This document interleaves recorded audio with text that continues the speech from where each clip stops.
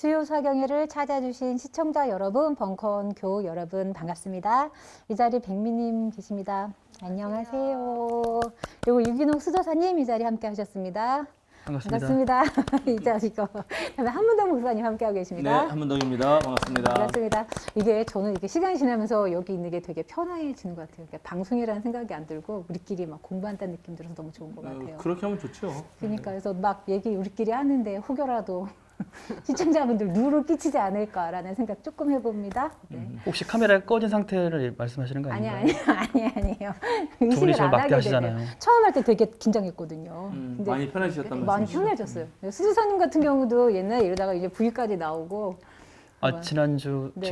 이렇게 건강에 대해서 예. 언급을 하셔가지고 예배 때나 뭐 수요 사경에 관련돼서 이렇게 또 보시는 분들이 또 건강 유의하시라고 예, 댓글도 괜찮으냐고 달아주시고. 물어보길래 너무 일단 어떻게 제가 감사하더라고요. 그래서 건강하려고 노력 중입니다라고 네. 했습니다. 목사님, 저희 네. 지난주 평화나무 뉴스에 보면은 한동대 관련돼서 뉴스가 실렸잖아요. 저도 뉴스 봤어요. 보셨어요? 어떻게 생각하세요?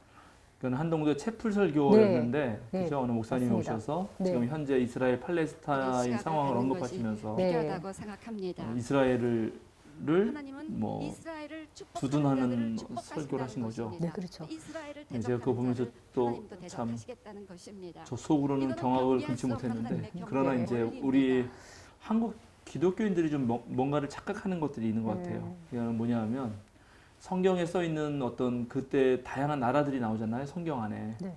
근데 그거를 문자 그대로 읽고 성경 쓰여진 시대가 벌써 2000년, 뭐 2500년 전, 네. 뭐 그렇게 훨씬 전의 사건들인데 그때 이스라엘이 처했던 상황하고 그리고 오늘날 지금 이스라엘이 처한 상황은 분명히 다르거든요. 네.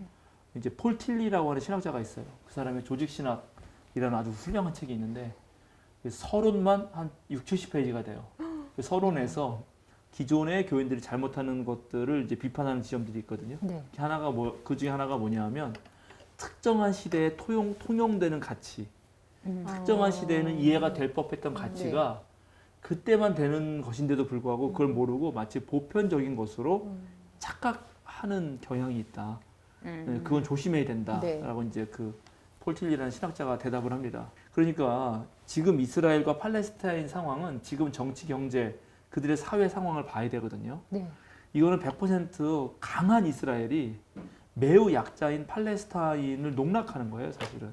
또 뭐 좀 더 그쪽 상황 뉴스를 보시면 아시겠지만 실제로 그 땅에 그 팔레스타인 사람들이 거의 2000년 넘게 살고 있었고 그 땅에 자기네 땅이라고 하면서 들어온 침략적인 어떤 그런 방식으로 들어온 게 이스라엘이거든요. 네. 그렇게 들어오고 들어올 때 미국의 등을 얻고 들어온 거고 그리고 팔레스타인을 몰아내면서 이스라엘 자체가 우리나라 경상도만 하나 뭐 그 정도 경상도 합친 거 그 정도만 하다고 알고 있는데 그러면 그 중에 한 군 정도 되는 데를 거기를 완전히 그 벽을 쳐가지고 사면을 막았잖아요. 그러니까 그 안에 무슨 감옥처럼 팔레스타인 사람들을 가둬놓고 그럼 살 수도 없어요, 사실 이 사람들이.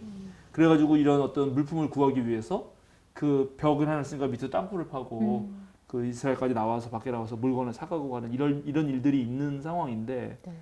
그런 상황에서 한쪽은 이스라엘 군대가 미사일을 뭐 폭격 이런 걸 하는 거고 이쪽에서는 그렇게 당한 억울함과 그런 것 때문에 그리고 특별히 이번에 이런 일이 발생한 것도 사실은 지금 이스라엘 사람들이 많이 코로나 때문에 국내로 들어오니까 자기네 땅이 모자르다 그러면서 그 팔레스타인 사람들이 사는 거주 지역을 무단 점거하고 자꾸만 쫓아내려고 하는 상황이었어요. 네. 그런데 팔레스타인 사람들이 이제 예배를 드리고 있는데 그 예배 드리는 거를 경찰들이 과잉 진압하는 데서 촉발된 거거든요, 문제가. 네. 그거는 정말 화날 일이죠, 팔레스타인 입장에서는. 그러니까 그런 정치 사회적 오늘날 상황을 파악하지 못하고 네. 옛날에 하나님이 이스라엘을 선택해 주셨다. 그런 성경 말씀을 문자 그대로 믿고 지금도 그래서 우리 한국 사람들이나 한국 교인들은 이스라엘을 지지해야 된다? 아니 그러면 예를 들어서 출애굽한 사건이 애굽이 오늘날 이집트인데 그러면 이집트가 예를 들어서 성경에 이스라엘 사람 그 히브리 사람들 이스라엘 민족을 400년 동안 종살이 시켰거든요. 네. 그럼 400년 동안 종살이 시켰으니까는 그거 갚아야겠다. 그리고 지금 이스라엘이 이집트 공격을 하면 만약에 성경을 근거로 해서 그걸 우리나라 사람들이 손을 들어줘야 되는가? 그러니까 이렇게 그 뭐랄까요 좀 무지막지하고 맹목적이고 그런 상황이 어떻게 있나. 네. 그리고 그거를 명실상부한 기독교 대학 채플에서 그런 식으로 설교를 한다는 것 자체가 너무 무지하다 생각합니다. 그리고 이제 우리나라 같은 경우도 우리나라 한국의 교인들이 상당히 미국에 대한 우호적인 네. 감정이 많거든요. 네. 근데 물론 미국이 그 한국 전쟁이라든가 여러 가지 상황에서 우리나라를 도왔던 것도 사실이에요. 그것이 거짓은 아니죠. 그러나 한편으로 그렇게 도우면서 무리한 욕을 하는 것도 무척 많아요. 최근에 부산 있는 그 해운대, 네. 부산의 해운대에서 한 2,000명 넘게 사람들이 마스크 벗고 막 놀았거든. 근데 거기에 우리 경찰들이 뭘 어떻게 아무것도 할 수 없었어요. 왜냐? 거기 대부분 사람들이 군인이었어요. 미군.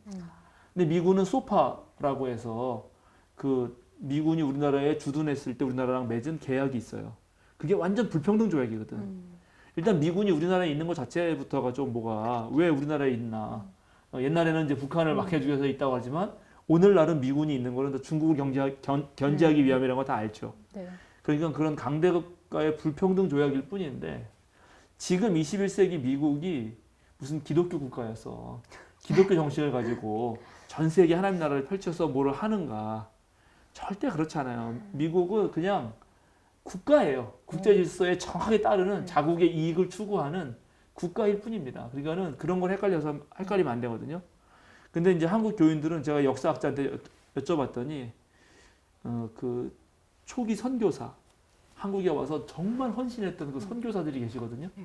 그 선교사들의 헌신과 현재 국가로서의 미국하고를 헷갈린다는 거야. 선교사들 너무 은혜가 많이 받고 정말 네, 그분들은 네, 정말 목숨 바쳐서 예, 헌신했으니까 그런 선교사 개개인의 헌신하고 미국의 국가 이기주의는 다른 건데 다르죠. 그걸 매치시키면서 미국 하면 무조건 손 들어준단 말이죠. 맞아. 이제 그런 거는 정말 이제 정확한 판단을 할 필요가 있다. 그래서 한동대 설교는 뭐 다행히 한동대 학생들이 네. 어리석지가 않아서 그러게. 대단한 반발이 있었고 네, 네. 문제 제기를 했다고 하니까 다행입니다만 네.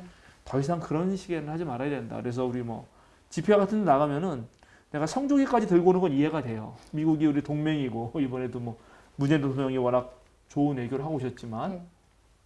근데 왜 이스라엘 국기를 들고 나가나? 그러게요. 이해가 안 가는데 일반 사람들은 완전히 이거 이해할 수 없는 상황이거든요. 그러니까 바로 그런 지금 이러한 설교 같은 그런 식의 현재 이스라엘이 과거 하나님이 선택했던 그런 신앙의 민족과는 다를 수 있는데 그걸 판단하지 못하는 잘못이다. 이렇게 생각합니다. 네. 좀 참 안타깝습니다. 뭐랄까요, 좀 뉴스를 들어야 될 것 같아요.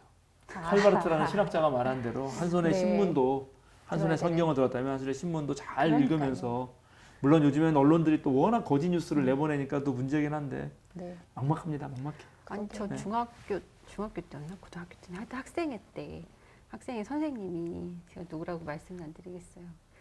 근데 성경 공부 예배 끝나고 학생 예배 끝나고 성경 공부 시간에 갑자기 언뜻 드는 생각이 이스라엘을 하나님이 선택하신 민족이잖아요. 그러면서 우리나라도 하나님 저희가 이제 80년 90년대 때 굉장히 부흥을 했으니까 교회가 한국 교회가 하나님이 제2의 선택한 나라가 우리나라다.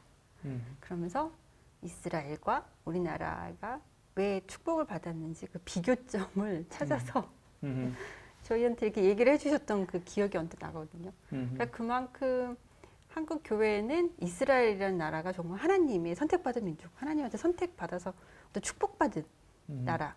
그리고 그거를 우리나라가 그대로 이어받았다는 어떤 지금 생각해보면 그런 논리가 어디서 나왔는지 그때는 선민사상 관련해가지고 네. 그 부분만 이렇게 매칠시킨 게 아닌가 싶은 생각이 들기도 하고. 그러니까는 하나님이 선택받은 백성이라고 하는 그거는 벌써 구약시대 얘기잖아요. 그건 벌써 신약의 예수님으로 오면은 모든 사람에게 그것은 열려 있는 거니까 여전히 어떤 구약시대의 지역적 그런 한계에 매몰돼 있는 거죠. 그리고 그게 마치 하나님이 뭐 미국으로 올라갔다가 한국으로 했다든지 이런 맞아요. 식의 사유 방식은 대단히 문제가 있다고 생각합니다. 조심해야 되고요. 저도 정말 어릴 때 그런 얘기 많이 들었고 아직도 많은 교인들이 보수적인 교인들이 미국은 하나님의 축복을 받아서 맞아요. 뭐 이렇다 이런 얘기를 막 네. 했어요. 심지어 코로나 초기에도 네. 미국은 저렇게 하나님 축복받아서 괜찮다 이런 식으로 말한 목사도 맞아요. 있었잖아요. 네. 그러니까는 그런 생각들이 되게 편협한 생각이거든요. 실제로 이 지구상에서 인류가 살았던 역사를 보면은 예를 들어서 18세기 같은 경우에 중국이 전 세계에 최고의 부와 명성을 가지고 있었어요. 그 역사적으로 경제학적으로 공부해 보면. 근데 그때 중국이 무슨 예수님 알았나? 전혀 상관없거든요. 그러니까는 그런 식으로 그 선민 사상이라고 하는 거 그 자체가 좀 고민해 봐야 맞아요. 돼요. 그리고 하나님이 택해서 복을 줬다는 말이 그 복이 도대체 그렇게 강대국이 돼가지고 힘으로 세상을 좌지우지하는 것, 사회적 성공을 하는 것인가? 네. 아니면 정말 택함 받은 사람들이 예수님 말씀처럼 뭐 오늘도 나오겠지만 섬기고 봉사하는 역할을 해야 되는 것인가? 이런 부분도 좀 진지하게 고민해 봤으면 좋겠습니다. 네. 이 말이 길어졌네요. 네, 그럼 저희 이제 네. 서둔 여기까지 하고 네네. AS 하나 있었는데 이거 진행해도 될까요? 네, 읽어보시죠. 네. 뭐가 있었나요? 1234 남미님께서 올리신 글이십니다. 매회 놓칠 수 없는 강의 은혜 되었습니다. 선행의 개념과 종말의 개념을 확실히 일깨워 주셔서 감사합니다. 제가 선행이라고 생각해서 한 행동이 상처가 된 적이 있었는데 그때 하나님에게 기도하지 않고 제 생각대로 해서 결과가 안 좋게 되었다고 들어서 그때부터 기도를 생활화해야겠다고 생각했습니다. 하지만 전 기도하려면 입이 떨어지지 않습니다. 아이들 키우면서 건강 지켜달라, 친구들에게 빛이 되게 해달라, 자꾸 달라 기도만 하게 됩니다. 중보 기도도 중요성을 알겠는데 입이 안 떨어지는 저는 공감이 떨어지는 걸까요? 아님 하나님의 믿음이 없어서 그런 걸까요? 어떤 훈련을 해야 기도가 생활화가 될까요? 기도를 유창하게 하는 분 보면 정말 부럽고 제 자신이 부끄럽습니다. 도와주세요. 라고 댓글 올리셨습니다. 그러시구나. 네. 제가 기도에 관해서는 예. 우리 생명사랑교회 유튜브에 생명- 주의 기도 강해를 10몇 강이나 해놨어요. 네. 그거- 생명사랑교회 한번 가서 보시기 그거 좀 바라고. 참조하시면 좋겠는데, 그리고 간단하게라도요. 네, 한국 그리스도인이 하는 기도의 방법은 가장 많이 하는 건 통성이고 첫 번째. 네. 그 다음에 기도 내용으로 하면 청원이 많아요. 네, 맞아요. 그는 청원을 하는 거를 통성으로 하는 것만이 기도인 줄 아셔요. 많은 분들이. 네. 아마 그래서 지금 질문하신 분도 그런 큰 틀에서 질문하신 거예요. 예. 그러나 기도 방법은 그 통성으로 소리 내서 하는 기도, 네, 내 네. 목소리를 직접 들을 수 있는 기도 말고도 사색하는 기도를 할 수도 있고, 네. 생각을 비워내는 기도도 할 수 있고, 네. 그 다음에 말씀을 읽으면서 말씀의 어떤 장면들을 상상하는 기도도 할 수 있거든요. 네. 그러니까 기도의 방법이 많다. 일단 여러 가지로. 그 다음에 기도 내용도 감사의 기도가 있을 수 있잖아요. 네. 예. 그 다음에 뭐 꼭 청원뿐만 아니라 그다음에 우리의 잘못한 것들을 성찰해보는 자기 성찰적 기도를 할 수 있어요. 그리고 하나님의 뜻이 무엇인지를 여쭙는 기도도 할 수 있어요. 그래서 이제 기도를 한다 그러면 대부분 사람들이 말을 무조건 많이 해야 되고 내 거를 얘기해야 하는 줄만 아는데 그거보다는 일단 기도는 우선 듣는 거거든요. 사실은. 그래서 좀 이분에게 부탁드리고 싶은 거는 내가 하나님이나 예수님한테 무조건 많은 말을 하려고 하지 말고 하루에 일정한 시간을 내서 차분히 하나님을 생각하면서 또는 자기 하루를 반성해 보면서 무엇이 하나님의 뜻인지를 그렇게 여쭙는 기도를 하는 게 더 좋겠다. 네. 왜냐면 내가 계속 말을 하려고 그러면은 정말 통성기도하면 뭐가 억울하고 힘들 때는 할 말이 많이 나오지만 일상생활에 평범할 때는 한 3분 정도 막 얘기하고 나면 할 말이 별로 없어요. 했던 얘기 또 하게 되고. 근데 원래 기도는 그런 게 아니고 기도는 하나님과의 대화라고 흔히들 말하고 영혼의 호흡이라고 하는데 영혼의 호흡이라고 말할 때는 그건 양식이다. 이런 의미죠. 영혼의 양식. 내가 그 기도를 해야지만 내 영이 산다. 이런 개념이 하나 있는 거고 하나님과의 관계는 사귀는 관계니까 사귀는 건 나 혼자 막 떠드는 게 아니잖아요. 그는 여쭤보고 그 대답을 들어야죠. 근데 이제 이 듣는 게 좀 어려울 텐데 네. 듣는다는 건 여러 가지 방식으로 들을 수 있죠. 설교를 통해서 성경 말씀을 읽다가 내 주변에서 벌어지는 상황을 통해서 또는 자연의 어떤 환경을 통해서 제가 오늘 우리 교회 꽃이 하나 예쁘게 펴가지고 제가 그걸 아는 목사님이 마침 전화가 왔길래 뭐 답장 쓰면서 그 꽃을 보내줬어요. 꽃이 너무 예쁜 거예요, 진짜. 그래가지고 너무 예뻐서 목사님 보낸다고 그렇게 보냈는데 그런 꽃 한 송이에서 어떤 하나님의 숨결이라든가 손길을 느낄 수가 있거든요. 그런 훈련이 더 필요했던 거예요. 내가 막 원하는 거를 청원하는 기도를 많이 하기 전에 그것도 나쁘다는 네, 얘기는 네, 아니고 네. 그러니까 그런 다양한 기도 방법들이 사실 있습니다. 네. 그래서 그런 거를 좀 준비하시면 준비해서 찾아보셔라 네. 하고 그 누구냐 솔로몬이 네. 내가 하나님이 너한테 뭐 해줄 거라 그랬더니 솔로몬이 뭐라 그랬죠? 뭘 구했죠? 지혜. 지혜를 구했죠. 네. 그때 그 지혜로운 마음을 달라고 그랬는데 네, 그 네. 원어로 보면 그게 지혜가 아니에요. 그래요.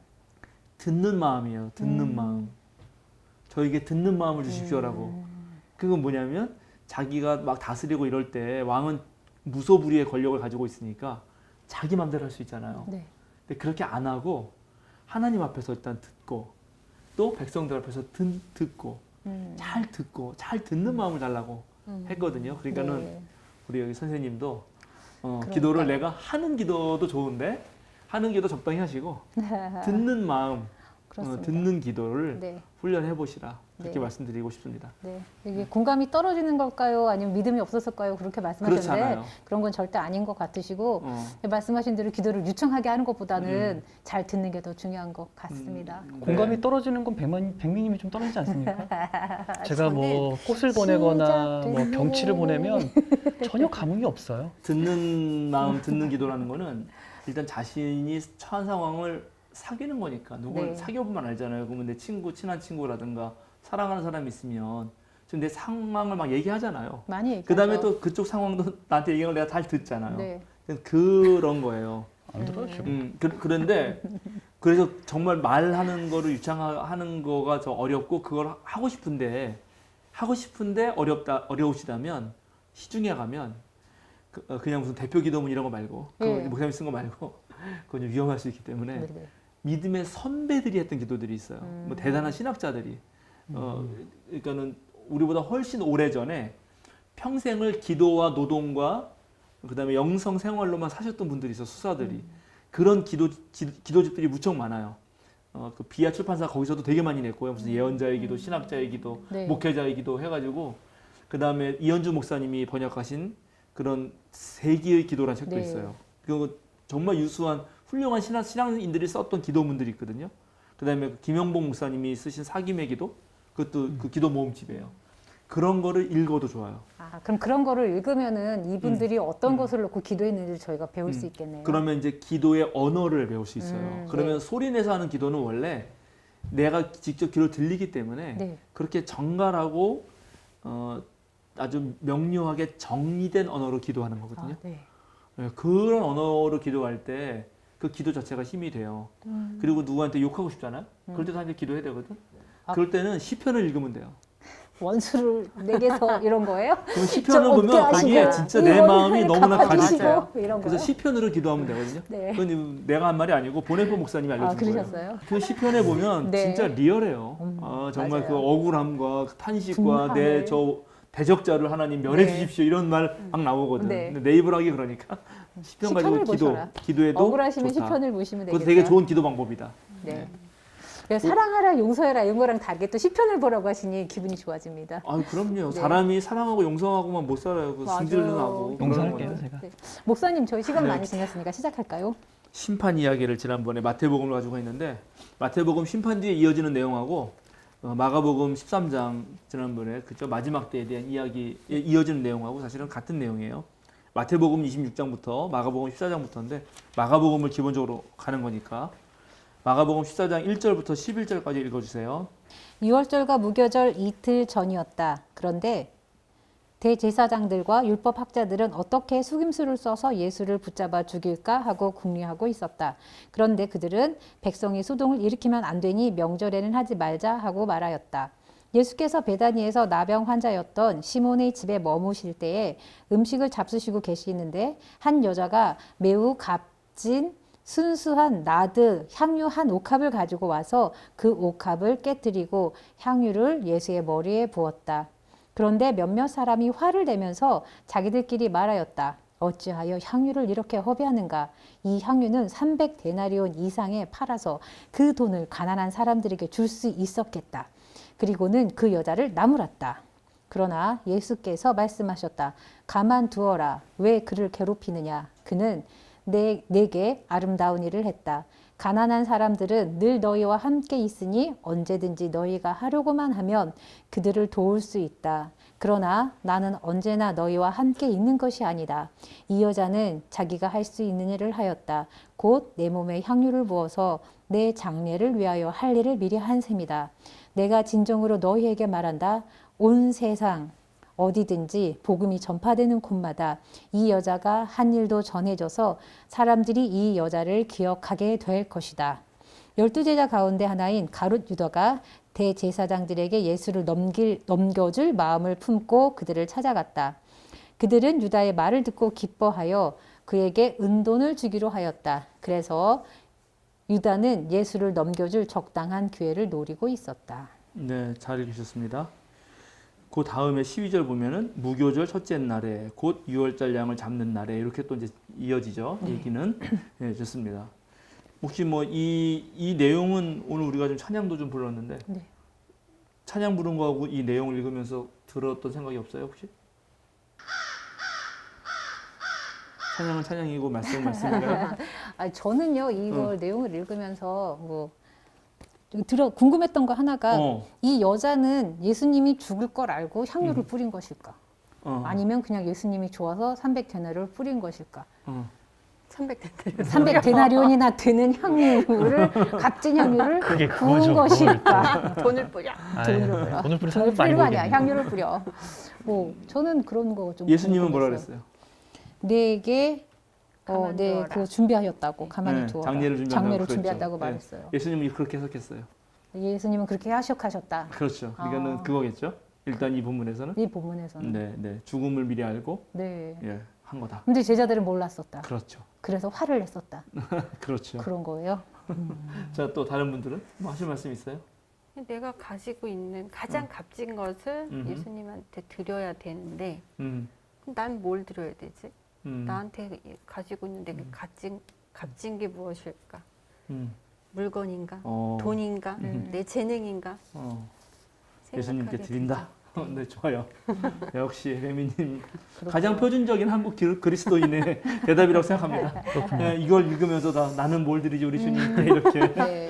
저는 네. 그런 생각을 한 적이 없는데. 또 수도사님은요? 수도사님은 그 제자들이 화를 냈잖아요. 네. 화를 냈는데 음, 일반적으로 사람들이 생각하기에는 음. 진짜 뭐 100만 원, 200만 원 그냥 사람한테 주기도 아까울 텐데 그거는 아마 그 여인도 충분히 생각했을 것 같고 그럼에도 불구하고 왜 그 300데나리온에 관련해 그 향유를 예수님께 왜 부었지라는 생각을 좀 했어요.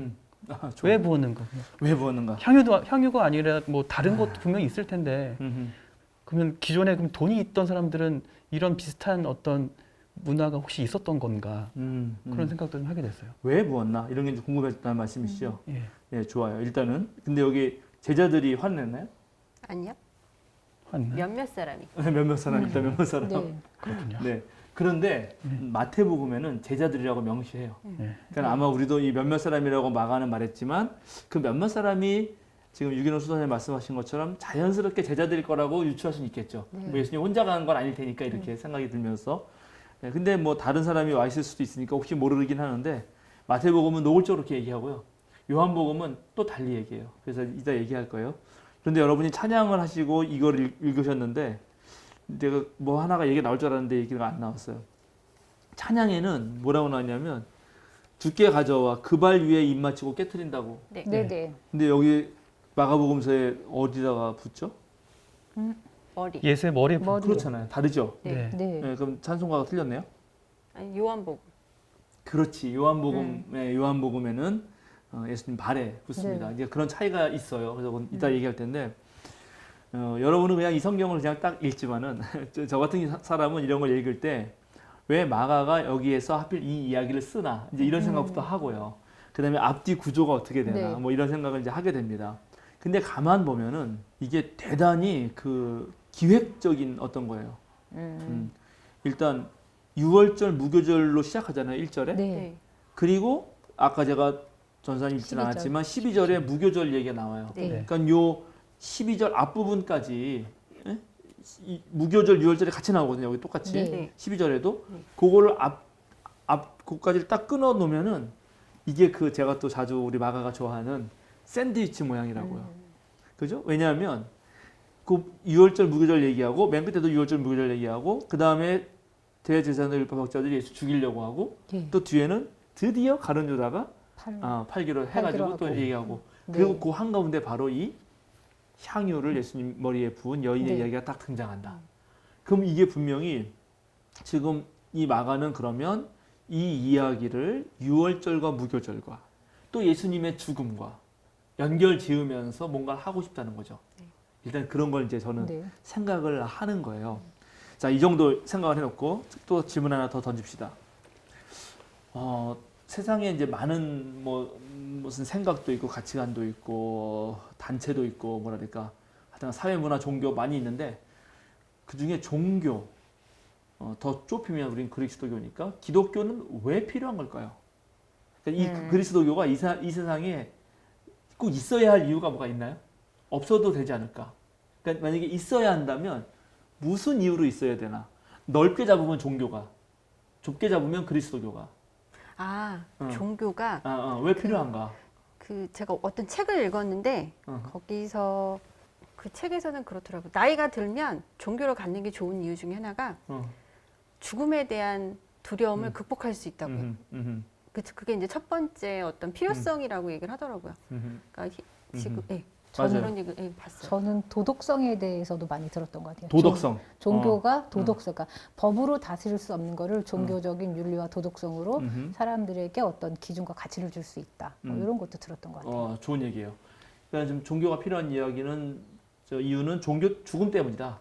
그건 이제 유명한 허버트 스펜서라고 하는 사회학자가 인간은 삶이 두려워서 사회를 만들었고 죽음이 두려워서 종교를 만들었다 하는 그 유명한 말을 했죠.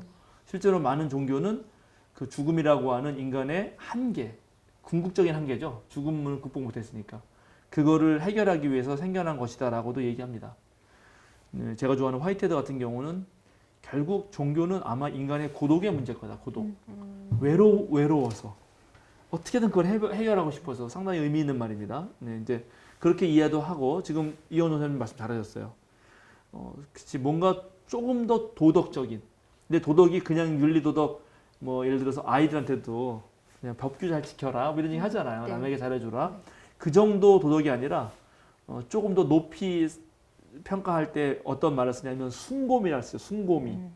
거룩하고 네네. 뭔가 좀 숭고한 어떤 도덕, 숭고한 아름다움을 종교가 준다. 이제 그런 얘기도 해요. 좋은 얘기예요. 잘 나왔어요. 제가 생각할 때 왜 기독교가 필요한가 저도 나는 왜 목사 하고 있나?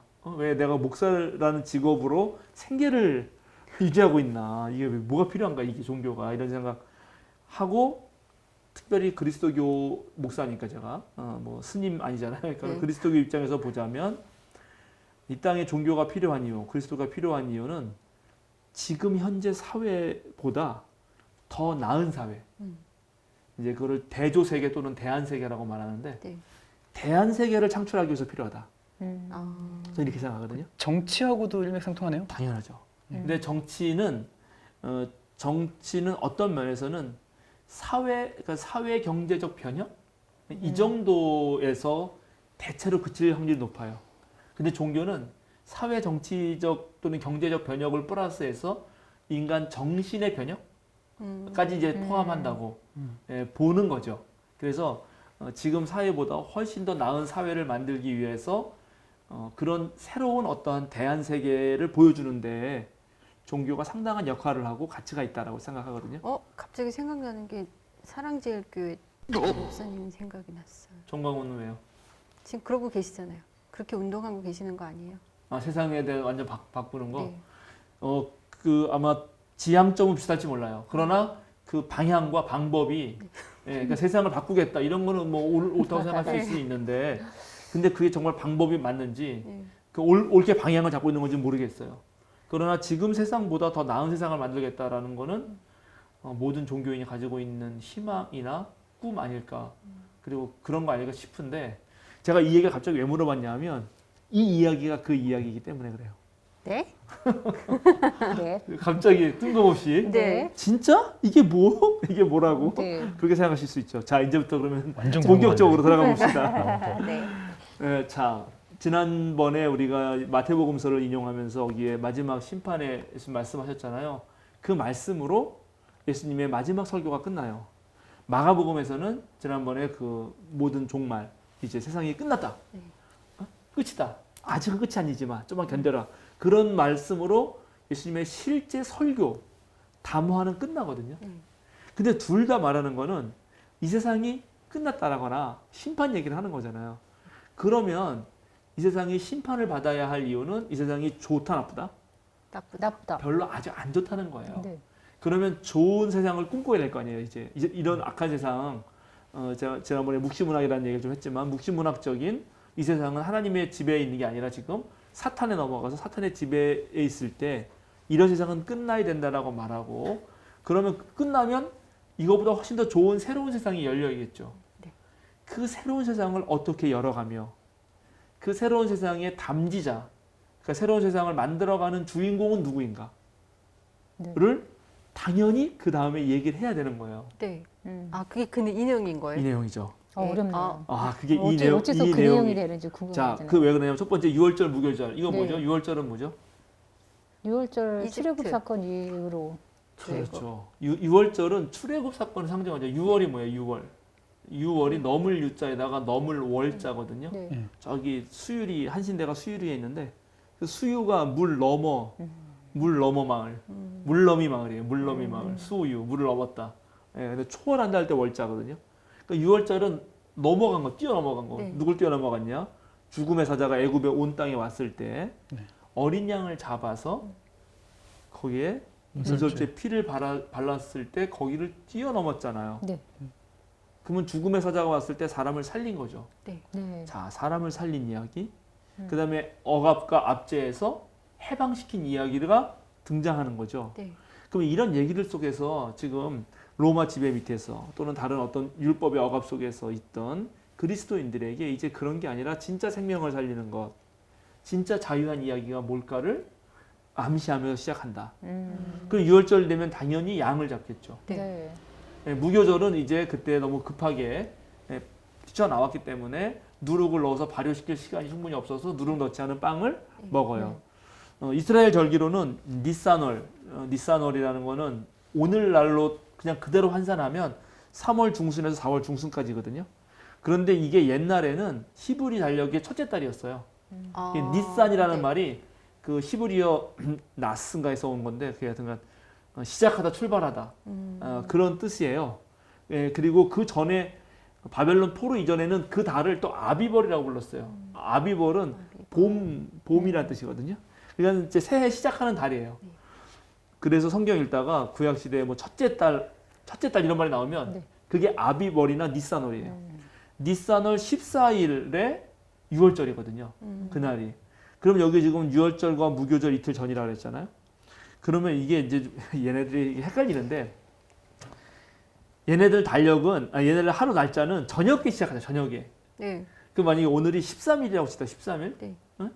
그러면 14일은 언제부터 시작이냐면 13일 저녁부터 얘네들 하면 네. 13일 저녁부터 14일 저녁까지가 14일인 거예요. 아, 네. 근데 이제 일반 우리가 생각할 때는 우리는 13일과 14일이 겹쳐 있는 거지. 네. 네, 이틀이 그렇죠. 있는 이틀. 네. 아, 네. 이틀이 다 같이 있는 거예요. 말하자면 이런 방식인데 그러면 이때 뭐 했냐? 13일 날, 그러니까 아직 14일이 되기 전이죠. 네. 네. 13일 날 오후에 양을 잡아서 준비했다고요. 그래서 이제 14일이 딱 되면 양을 먹고 같이 유월절 양을 잡아 먹고 식사를 하는 거예요. 이런 분위기 속에 있는 거고. 그래서 그럼 14일 날이 됐죠. 그럼 14일 날 저녁부터 되면 15일이 되잖아 또. 네. 네. 15일부터 21일까지 일해 동안 일주일 동안 무교절이었어요. 이거 절기였어요. 근데 이 절기에 지금 하는 일은 기본적으로 유월절 양을 잡는 겁니다. 근데 이때 그러면 유월절 양을 잡으면 양이 살아요, 죽어요? 죽죠. 근데 누가 죽지 지금? 예수님이 죽죠. 자, 그러면 일단 여기에 지금 이 사람들은 예수님의 죽음을 어떻게 이해했는가? 바로 해방과 그다음에 우리들을 살려주신 그런 분의 죽음으로 이해했다는 거예요. 아. 유월절 양이 그렇게 잡혀 죽어서 어, 우리가 애굽에서 살아났고 해방할 수 있었듯이 그 얘기를 하고 싶은 거거든. 네, 그래서 이제 이런 얘기를 하면서 이 얘기를 진행하는 거거든요. 그러니까 당연히 이제 네. 대제사장들과 율법학자들은 예수를 잡아 죽이려고 하는 거죠. 그리고 보면 그러면 대제사장들과 율법학자들은 예수님 편입니까? 예수님의 적대자입니까? 적대자겠죠. 이제 앞으로 그런 것도 잘 보면 좋아요. 성경을 쭉 읽다 보면 누가 예수님 편이고 누가 예수님 적대자인지. 그러면 여기서 향유부 여인은 예수님 편. 예수님 편. 네. 그럼 몇몇 사람은 반대.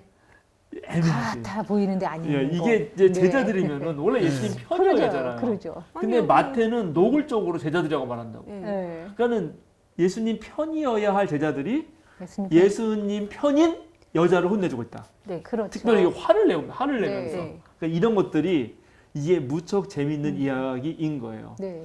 자, 그런데 여기서 가장 핵심적인 거는 아까 뭐죠? 요거 이 구조 샌드위치 네네. 구조에서 가장 특이하고 정말 있을 법하지 않고 아까 우리 유경수 선생님 말씀하셨듯이 밥 먹는데 갑자기 여자가 와가지고 머리에 기름을 부을 일이 거의 없잖아요. 네. 그럼요. 네. 그러면 그게 가장 두드러지는 사건이란 말이죠. 네. 그럼 여기서 이제 중요한 거죠. 머리에 기름을 붓는다 그러면 유대인들이 제일 먼저 뭘 떠오를까? 왕. 왕이에요, 왕. 음. 왕. 이거는 좀 찾아봅시다. 그래서 좀 찾아볼 필요가 있어요. 우리가 10편부터 볼까요? 시편 89편 20절부터 먼저 봅시다. 그 다음에 사무엘상을 보죠. 네. 나는 내 종 다윗을 찾아서 내 거룩한 기름을 부었다. 여기 당장 내 종 다윗을 찾아서 그 머리에 기름을 부었다. 네. 이거는 왕을 세울 때 기름을 붓는 거거든요. 이 내 종 다윗을 삼아서 왕의 머리에 붓는 이야기가 사무엘상 16장에 잘 나와요. 이거 많이 읽을게요. 그냥 알다시피 네. 그래. 네. 아들들 쭉 네. 불러놓고 누구 또 없냐 계속 없냐. 네. 네. 그랬더니 그 중에 뭐 그 이세의 아들들 많이 있었잖아요. 근데 네. 막 몸매도 좋고 이 사람인가 보다 했더니 아니라 그러면서 그 유명한 사무엘상 16장 7절인가? 그거 찾아볼까요? 사무엘상 16장 7절이요. 예, 그 번역이 잘못돼 있어서 제가 알려주고 넘어가려고 일부러. 그러면 그 장면에서 사무엘상 16장 7절일 거야. 먼저 아마. 찾으시면 읽으세요. 그러나 주께서 사무엘에게 이르셨다. 너는 그의 준수한 겉모습과 큰 키만을 보아서는 안 된다. 그는 내가 세운 사람이 아니다. 나는 사람이 판단하는 것처럼 그렇게 판단하지는 않는다. 사람은 겉모습만을 따라 판단하지만 주는 중심을 본다. 네. 그게 이제 완전 잘못된 말인데 오. 그 오역이에요, 오역. 그래서 알려주려고. 이때 이제 사무엘이 네. 이세 아들들 쭉 보니까 건장하고 네. 이런 사람이 와서 얘인가 보다 했더니 아니다 하시면서 하나님 하시는 말씀이에요. 네. 거기서의 번역은 이렇게 하면 안 되고 너희는 눈으로 보지만 나는 심장으로 본다 이렇게 번역해야 돼요. 심장. 그러니까는 보는 대상 겉모습과 그 사람의 속을 보는 게 아니고 보시는 분의 마음을 말한 거예요. 너희들은 다 눈으로 보지. 너희들은 저 사람을 보는 게 아니라 이 사람의 겉모습을 보는 게 아니라 내가 보는 내가 네. 너는 눈으로 이렇게 보지. 네. 나는 심장으로 본다. 어렵네요. 이 사람 대상이 아니에요. 의미가 완전 달라요. 이거는 이 원어를 봐야 돼요. 그래서 느낌이 이건 엄청 너무 다르네요. 잘못된 오역인데 그래서 하나님의 심장으로 봤을 때 다윗이 마음에 들었던 거예요. 다윗의 중심을 본 게 아니라고. 네네. 네. 그렇지. 그러니까 이해가 되네. 네, 그런 어. 거예요. 그러니까 다윗도 잘생겼어요. 홍환이 붉고 네. 미남자였고 네, 음악도 맞아요. 잘하고. 네, 맞아요. 그렇게 그러니까 나오죠. 겉모습도 괜찮다니까.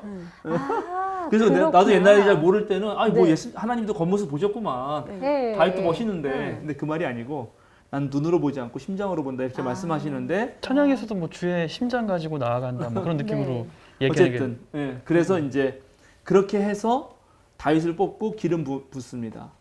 자, 이거는 왕을 세우는 거예요. 자, 그럼 보통 왕을 어디서 세울까요?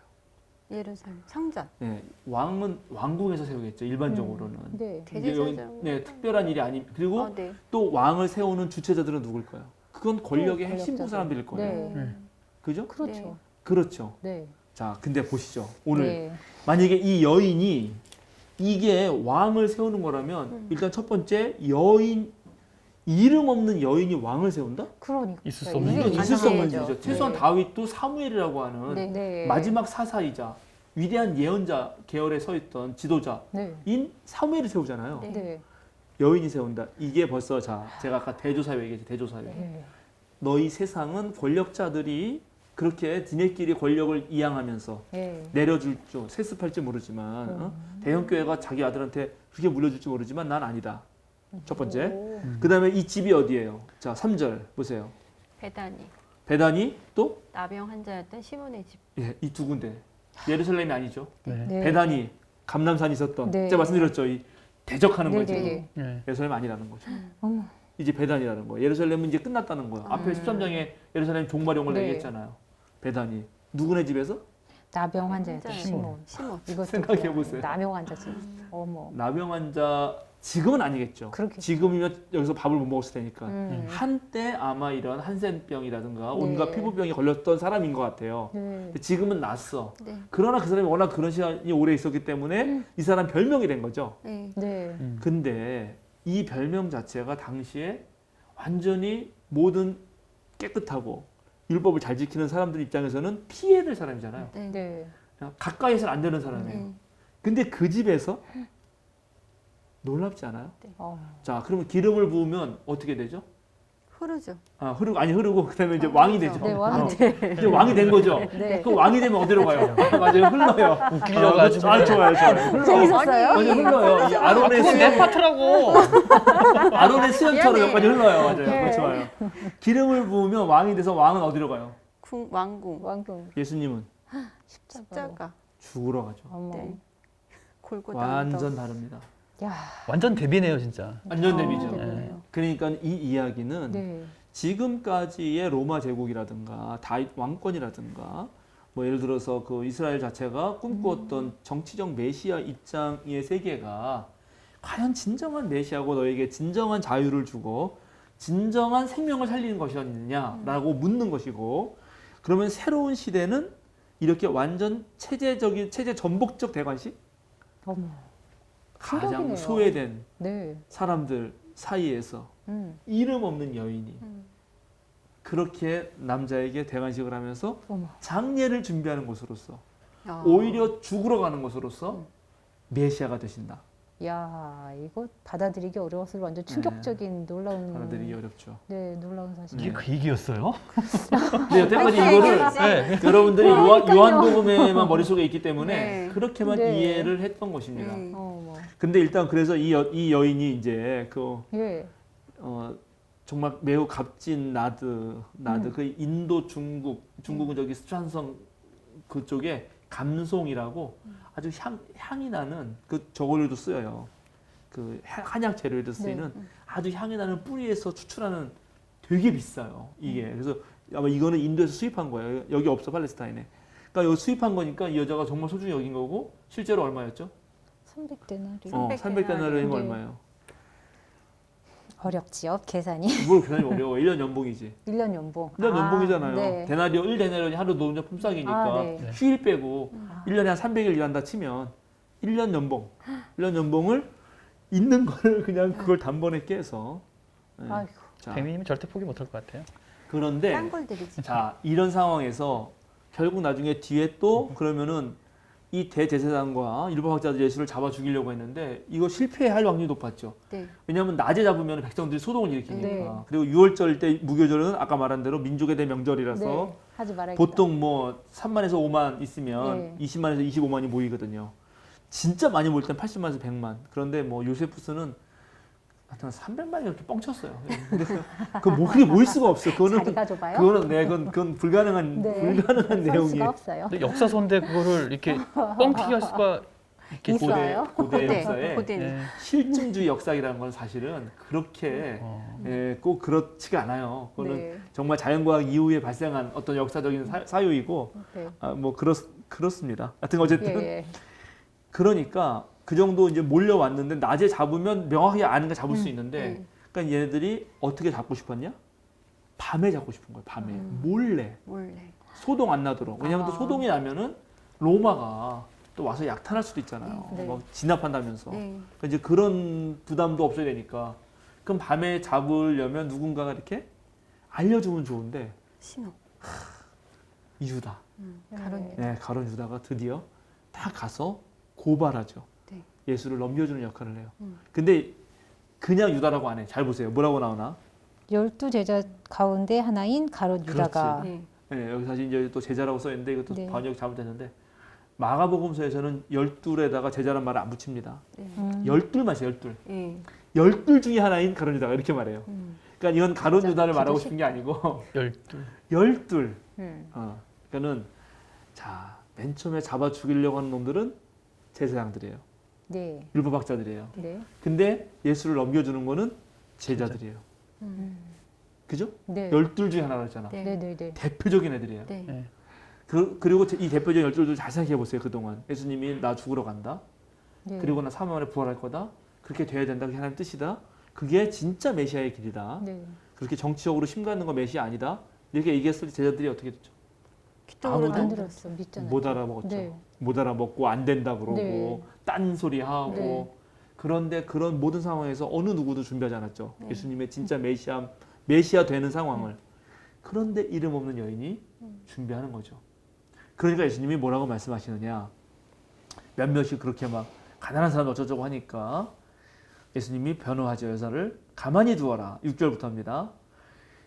왜 그를 괴롭히느냐? 그는 내게 아름다운 일을 했다. 가난한 사람들을 늘 너희와 함께 있으니 언제든지 너희가 하려고만 하면 그들을 도울 수 있다. 그러나 나는 언제나 너희와 함께 있는 것이 아니다. 그래도 여기는 가난한 사람들을 도와야 되지 않냐 이렇게 네. 그럴싸한 걸 됐어요. 근데 네. 그럴싸한 이유를 된 거는 이유가 있죠. 왜냐하면 마가복음서 10장 21절에 거기 나오잖아요. 그 부자가 천년이 왔는데 너 다 팔아서 가난한 사람에게 주고 나를 따르라 이런 네. 말을 이미 했잖아요. 예수님이. 네, 네. 그러니까 그것에 이제 근거로 그 얘기를 할 수 있어요. 그리고 가난한 사람들을 돕는 거는 의미가 있어요. 네. 그러나 지금 문제는 그게 아니라 가난한 사람들은 언제나 있기 때문에 언제든 도울 수 있죠. 그러나 지금 이때는 예수님은 곧 돌아가시니까 이거를 더 기억하고 더 준비할 시기적절한 어떤 행동을 한 거예요. 이제 그 얘기를 한 거고 그러면서 하는 말이 예수님이 이 여자는 자기가 할 수 있는 일을 하였다. 아, 그렇죠. 곧 내 몸에 향유를 부어서 내 장례를 위하여 내 할 일을 미리 한 셈이다. 그리고 9절 이게 이제 끝내주는데 그러므로 진정으로 너에게 말한다. 온 세상 어디든지 복음이 전파되는 곳마다 이 여자가 한 일도 전해져서 사람들이 이 여자를 기억하게 될 것이다. 그만큼 이 여자가 이 옥합을 깨뜨려서 향유를 예수님의 머리에 부었던 이 행위가 되게 뭐라고 대단한 일이었다는 건가요? 그렇죠. 그러니까 지금 말씀하신 대로 이 여자가 기억된다기보다는 이 여자의 행동이 기억되는 거죠. 그럼 이 여자의 행동이 갖고 있는 상징성이 기억되는 거죠. 그게 장례예요? 장례식 준비? 자, 그게 네, 어떤? 진짜 메시아는 이런 방식이다. 아, 너희를 위하여 죽는 사람이어야 되지 다윗처럼 왕 위에 오르는 사람이 아니다. 그런 메시아는 결국 정치인들끼리 지네끼리 권력을 잡기 위해서 결국은 백성을 억압하지 않느냐. 아니 다윗도 보세요. 다윗이 왕이 됐을 때 사울과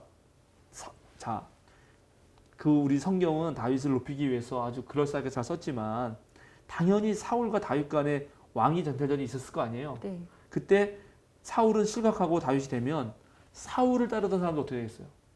죽겠죠. 다 죽겠죠. 근데 그 중에 한 놈이 리얼하게 시므이라고 다윗이 지나가는데 돌을 던지면서 이 나쁜 놈아, 막 이 괴뢰 놈아, 사울의 집안을 다 죽인 놈아 이러면서 막 그래요. 네. 그때 그 다윗의 오른팔인 요압 장군이 죽여버릴까요? 그래. 근데 다윗이 괜찮다고 내버려 두라고 아주 관대하게 용서를 하거든. 네. 그래서 그때까지 좋았지.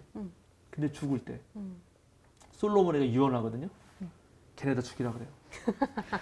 뒤끝 있네요. 그러니까 다윗 그랬죠. 솔로몬 마찬가지죠. 네? 솔로몬뿐이에요. 솔로몬이 되기 전에 다윗 아들 그 압살롬이니 걔네들 다 왕위 쟁탈전으로 다윗 맨날 쫓겨다녔잖아요. 그러니까 왕가의 어떤 정치적 메시하고 권력 투쟁의 장소라고 하는 거는 그런다는 거죠. 지금. 그러니까 이 여인이 한 행동이 왜 중요하냐면 그런 식의 메시아로는 하나님 나라 운동을 할 수가 없다는 거예요. 그러니까 이거는 완전 전적으로 새로운 세상을 여는 거고 그 전적으로 새로운 세상을 여는 가장 상징적 행동을 열둘이 한 것도 아니고 당시에 유대교 지도자들인 대제사장이나 율법학자들이 한 것도 아니고 오히려 그 사람들은 죽이려고 그랬지. 근데 이름 없는 무명의 여인이 그죠? 온갖 피부병 걸렸던 시몬의 집에서 그것도 장례를 준비하는 방식으로 네.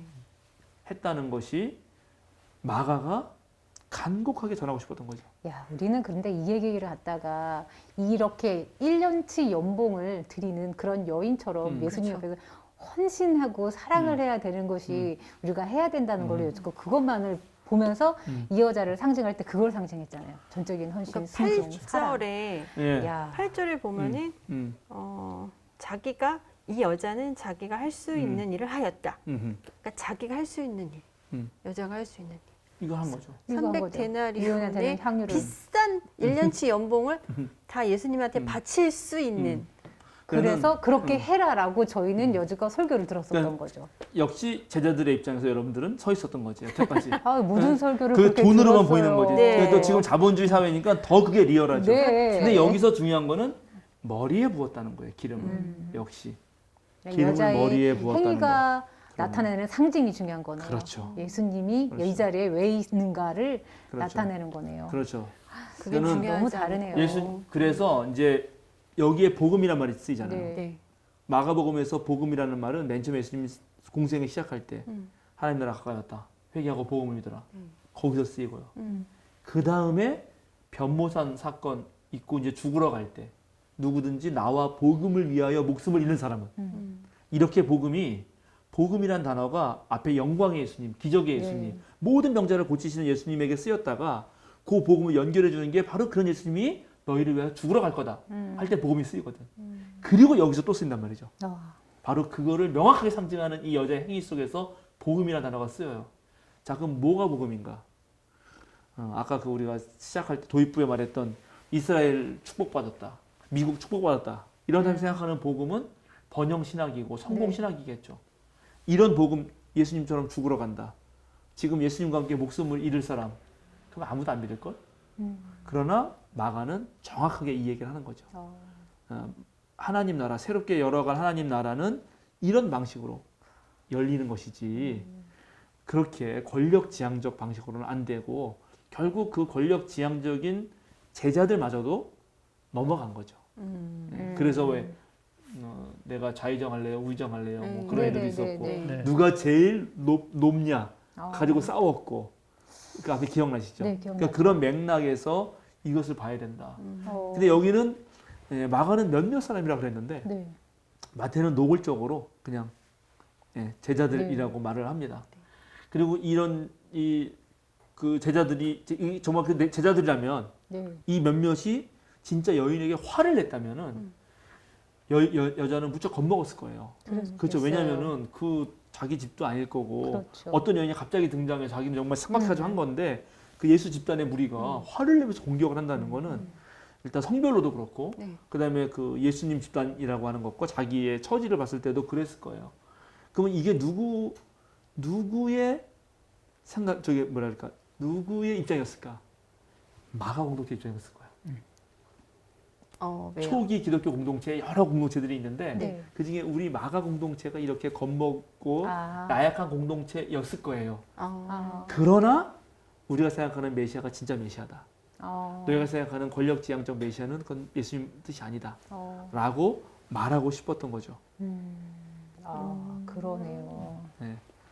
어. 이해되시겠죠? 네. 네. 저희가 여지껏 들었던 거랑 너무 다른 내용인 것 같아요. 이 본문을 가지고 들었던 설교나 들었던 많은 내용들이랑 너무 다른 것 같아요. 300데나리온이나 되는 여기에 포인트를 너무 많이 줬던 것 같아요.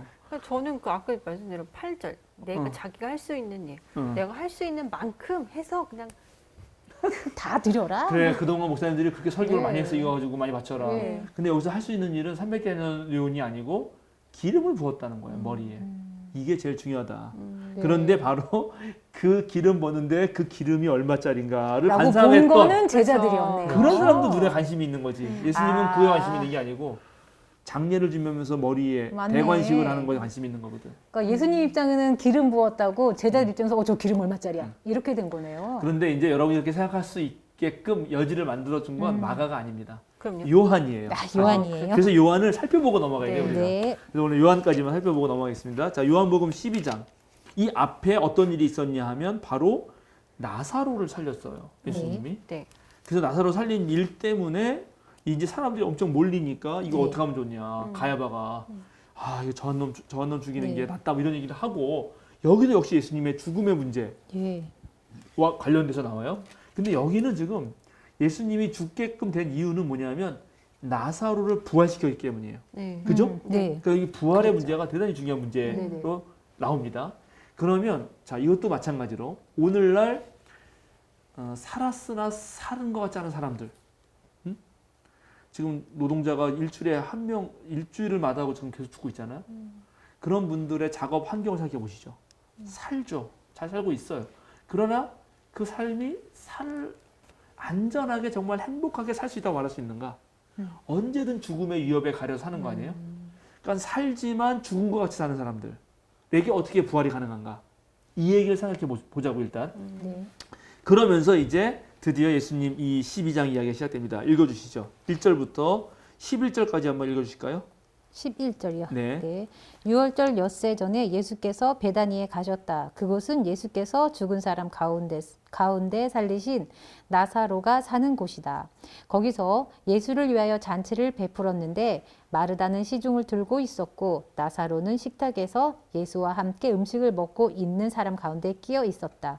그때 마리아가 매우 값진 순나드 향유 한 근을 가져다가 예수의 발에 붓고 자기 머리털로 그 발을 닦았다. 온 집안에 향유 냄새가 가득 찼다.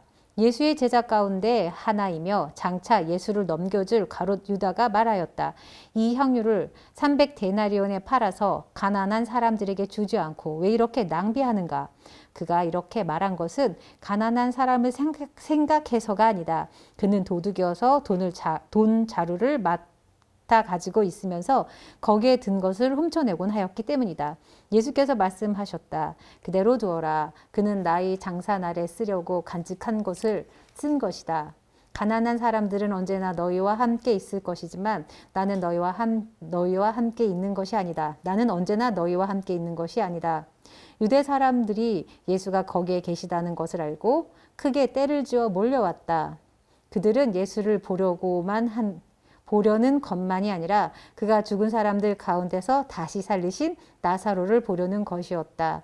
그래서 대제사장들은 나사로도 죽이려고 모의하였다. 그것은 나사로 때문에 많은 유대 사람들이 떨어져 나가서 예수를 믿었기 때문이다. 네.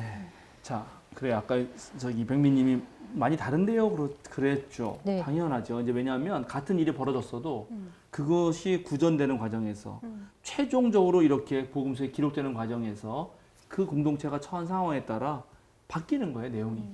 그러면 정말 이게 그럼 네 복음서에 다 있거든요. 네. 다 있어요. 누가복음서는 이것하고 또 완전히 달라요. 그래서 정말 누가복음서하고 이걸 읽으면 그건 정말 다른 일 같아요. 완전히 다른 일 같아서 학자들이 그거 가지고 고민을 많이 했어요. 정말 사건이 두 번 있었던 거 아닐까? 네. 이렇게까지도.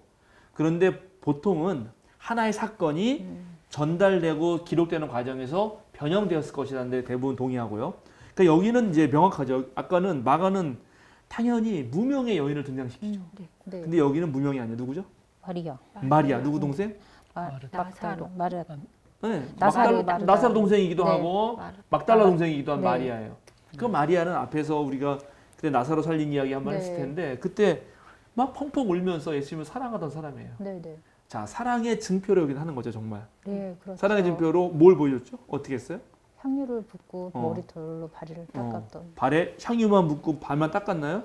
머리도. 소화했는데 자기 머리털로 자기 발을 머리털로 닦았죠. 발을 그 발을 닦았죠. 닦았다. 예수님의 발에다가 향유를 붓고 머리털로 발을 닦는 건 누가 해야 되나요, 원래? 만약 이렇게 한다면. 누가 해야 할까요? 그냥 수건으로 닦으면 안 될까요? 그렇지. 보통 발을 네. 닦아주는 건 종이 하는데 네, 그러죠. 종이 해야 될 일을 마리아가 직접 나서서 심지어 또 자기 머리털로. 그러니까요.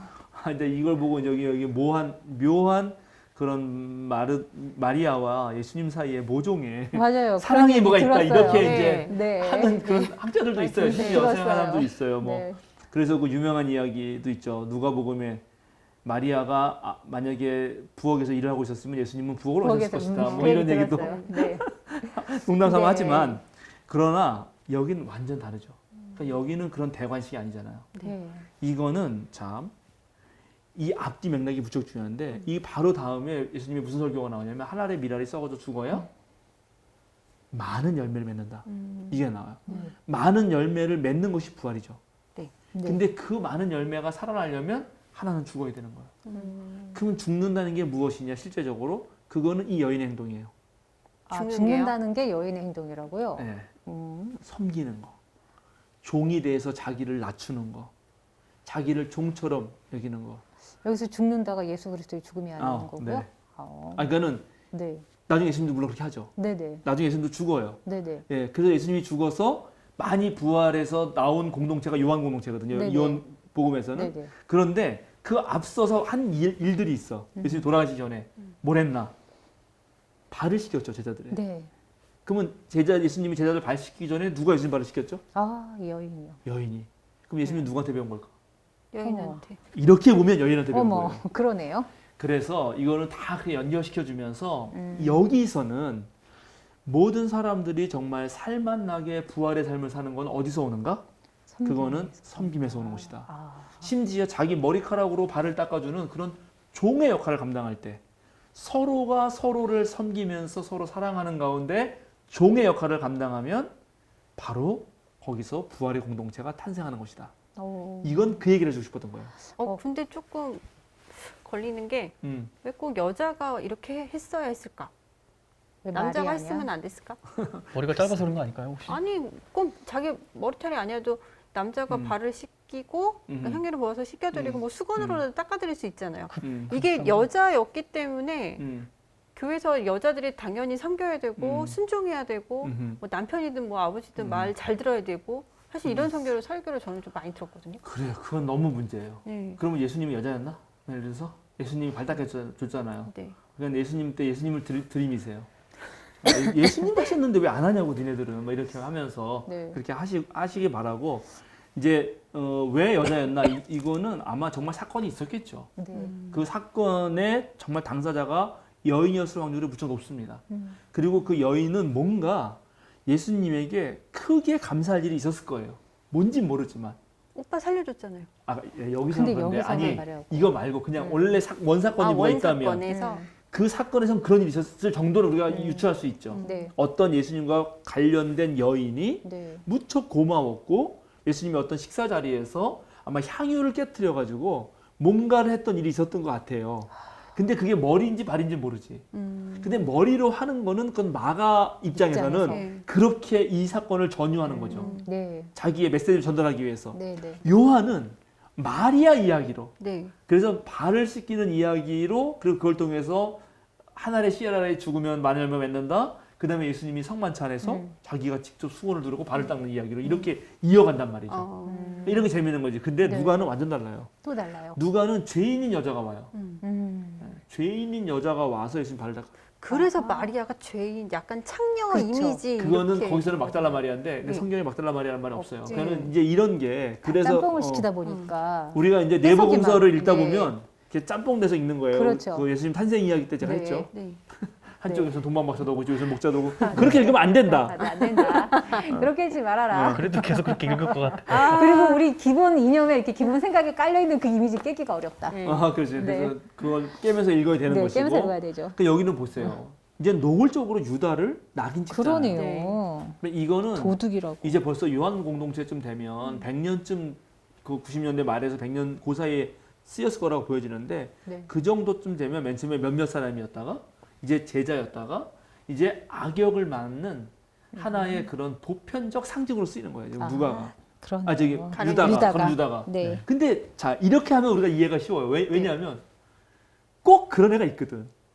어느 공동체도 보면 유다 같은 애가 있는 거예요. 있어요. 예, 무슨 말인지 알겠죠? 네. 어느 누구를 지목할 수는 없지만 네. 네. 모든 인간 사회에는 있어. 권력 집단이 있고 섬기는 사람이 있고 네. 배신하는 놈이 있고 있어요. 거룩한 입맞춤으로 그죠? 앞에서 입맞춤을 했는데 네. 예, 뒤에서 몽둥이 끌고 온 사람들을 끌고 오는 놈이 있단 네. 말이죠. 그러니까는 한때는 제자였지만 그죠? 제자였지만 그러나 결국 배신을 하게 되는 아주 전형적인 인간으로 어느 순간 유다를 그렇게 낙인을 찍는 거죠. 안타깝게. 안타깝네요. 근데 정말 유다가 그랬을까? 모르는 일이에요. 그러겠네요. 네, 사실은 모르는 일이에요. 사실은 모르지만 이제 각 어, 복음서마다 근데 여기 이제 사건을 쓴 성경에 거네요. 요한복음에 기재되어 있으니까 당연히 우리는 그렇게 생각하죠. 그렇죠. 그렇게 아예 네. 그리고 설명을 했잖아요. 6절 보면. 네. 그러니까요. 그는 완전 도둑이라고. 음. 완전 진짜 나쁜 이미지로 이렇게 만들어 놓은 거잖아요. 네, 그러니까는 우리는 역사적 상황을 모르는 우리는 그렇게 속아 넘어갈 수밖에 없죠. 그렇죠. 예, 그러나 모든 역사는 승리자의 입장에서 쓰여지는 거죠. 예를 들어서 그러니까 다윗이 나쁜 짓 했어도 네. 역대기 역사를 읽으면 다윗이 나쁜 건 싹 빼거든. 네. 그러니까 우리에게 사무엘 열왕기상 그런 내용의 이 다윗 이야기가 빠지고 네. 역대기만 전해졌으면 다윗은 완전 성군이에요. 음. 그런데 우리가 사무엘 고기를 읽었기 때문에 네. 이놈이 우리아의 아내를 네. 네. 만약에 그거 없는데 마태복음 족보에 우리아의 아내에게서 솔로몬 낳고 이 얘기가 나오면 다윗 그런 적이 없는데 이게 왜 이러지? 네. 이렇게 했을 거예요. 이게 네. 나쁜 놈이네 이렇게 네. 오히려. 네. 그러니까 뭐가 역사의 진실인지. 근데 당연히 성경도 그럴 수밖에 없었다. 그러나 이제 이렇게 점점 보편적으로 돼가면서 우리가 다시 한번 생각해 보게 되는 거죠. 그러니까 누가는 누가대로, 마가는 마가대로, 마태는 마태대로, 요한은 요한대로 예수님의 메시아 되심과 정말 진정으로 이 사회보다 더 나은 사회를 위해서 취해야 될 어떤 행동들은 뭔가 생각해 보게 되죠. 네. 그러면 이제 마가 같은 경우는 뭐랄까 권력을 지향하기보다는 사회 주변부에 있는 모든 약자들과 함께 살아라. 이게 네. 그렇게 할 수 있는 사람만이 진정한 메시아다. 그럼 오늘날도 우리가 왕을 뽑을 때 왕은 없지. 대통령을 뽑을 때도 오늘날은 말하죠. 오늘날은 우리가 정말 누가 진짜 서민과 그리고 정말 집 달랑 한 채 가진 사람이거나 집 없는 사람들과 함께 할 것인가. 누가 정말 집 100채 가진 자의 편인가. 뭐 이런 거 논의할 수 네. 있잖아요. 그러면 마가복음서의 의미가 오늘날 우리에게도 여전히 다가오는 거죠. 근데 그게 요한복음서에 오면은 공동체를 살리는 길이란 뭔가. 이렇게 이제 고민하는 거죠. 요한 공동체는. 그거는 서로 발을 시켜주는 것이다. 그것이야말로. 그런데 서로 발을 시켜주는 사람들 가운데 보면 꼭 그런 생각은 안 하고 돈만 생각하는 놈이 하나 있더라. 그런 사람은 안 되지 않느냐. 이런 얘기를 할 수가 있는 거죠. 네. 오늘 얘기도 저희가 그렇습니다. 기본적으로 알고 있는 것과는 정말 다른 방향으로 제대로 정말 무엇이 진실인지 어떻게 해석해야 되는지 알려줘서 너무 감사합니다. 네. 시간이 오늘도 많이 지났는데 네, 한마디씩만 1시간 10분 정도 간단하게. 지난 것 같네요. 네네. 네. 아니 저는 이제 마가복음의 마지막 장을 보면 이 여자의 그런 행위. 근데 우리가 지금까지 알고 있었던 거는 이 여자의 300데나리온의 그 향유만 기억을 했었잖아요. 근데 이제 그게 아니었다는 거를 그러면서 조금 되게 좀 씁쓸한 느낌이 들었어요. 너무 300에 취중했었구나. 지금까지. 네. 저는 여자가 향유를 부을 때 그 제자인지 제자가 아닌지 모르겠다고 말씀하신 그 대목에서 12이 아니라 몇몇 사람이 화를 냈다고 했잖아요. 그러면 그 화낸 사람이 아닌 나머지 사람들이 그들의 그 화냄을 방해를 하고 그 여인이 순수하게 향유를 부을 수 있게끔 혹시 도와주진 않았을까라는 생각을 하게 됐어요. 그래요. 그런 사람이 있으면 참 좋겠죠. 여긴 나타나지 않으니까는 사실은 뭐 모르죠. 남자들도 착하고 좀 정의로운 사람도 있을 텐데 여기서 남자들도 너무 괜찮은 사람이 너무 있는데 요새 왜 몰았어 그렇습니다. 이거죠? 맞아요. 물론요. 물론 지금은 21세기라서 훨씬 더 뭐 좋은 사람들이 많이 있죠. 그럼요. 그러나 이제 가부장적 질서가 공고하던 시절이 있었잖아요, 분명히. 노예제도가 용인되던 시절이 있었고 신분제 질서가 정확하게 지켜지는 때가 있고 그것이 당연한 때로 여겨지던 시절이었다는 걸 네. 기억해야 돼요. 그래서 오히려 그런 시절에 바로 이런 노력들이 있었기 때문에 오늘날 우리가 이렇게 민주적이 될 수 있었던 것이고 우리가 더 평등한 사회를 꿈꿀 수 있었던 것이다. 네. 그런 의미 성경이 더 의미가 있는 거죠. 너무 의미가 있습니다. 그렇죠. 네. 이러지 너무 않았으면 감사합니다. 전도사님이나 저나 여기 못 앉아 있고. 그렇죠. 아니죠. 제가 못 앉아 앉았겠죠. 다 못 앉아 이 뼈도 없는 가문들이라. 이제 뼈 없는 가수들이죠. 저는 뼈대 있는 있습니다. 있어요. 네, 민씨입니다, 그러세요. 민씨. 네. 네, 감사합니다, 목사님. 네, 오늘 이제 이 정도로 마치도록 하겠습니다. 네, 기도할까요? 네. 주님, 무명의 여인이 예수님의 죽음을 기억하고 그곳에서 진정 생명을 살리는 길과 참 자유를 얻는 길이 무엇인지를 고민하고 실행합니다.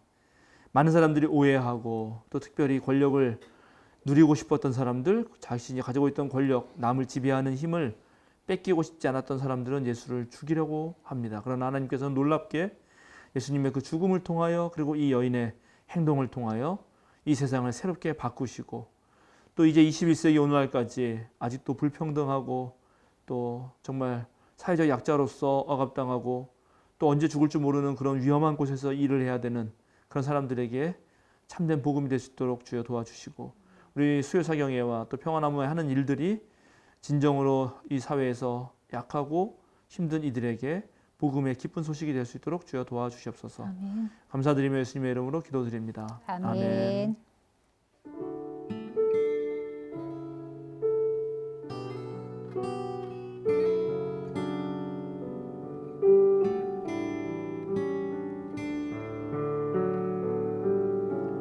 내게 있는 향유가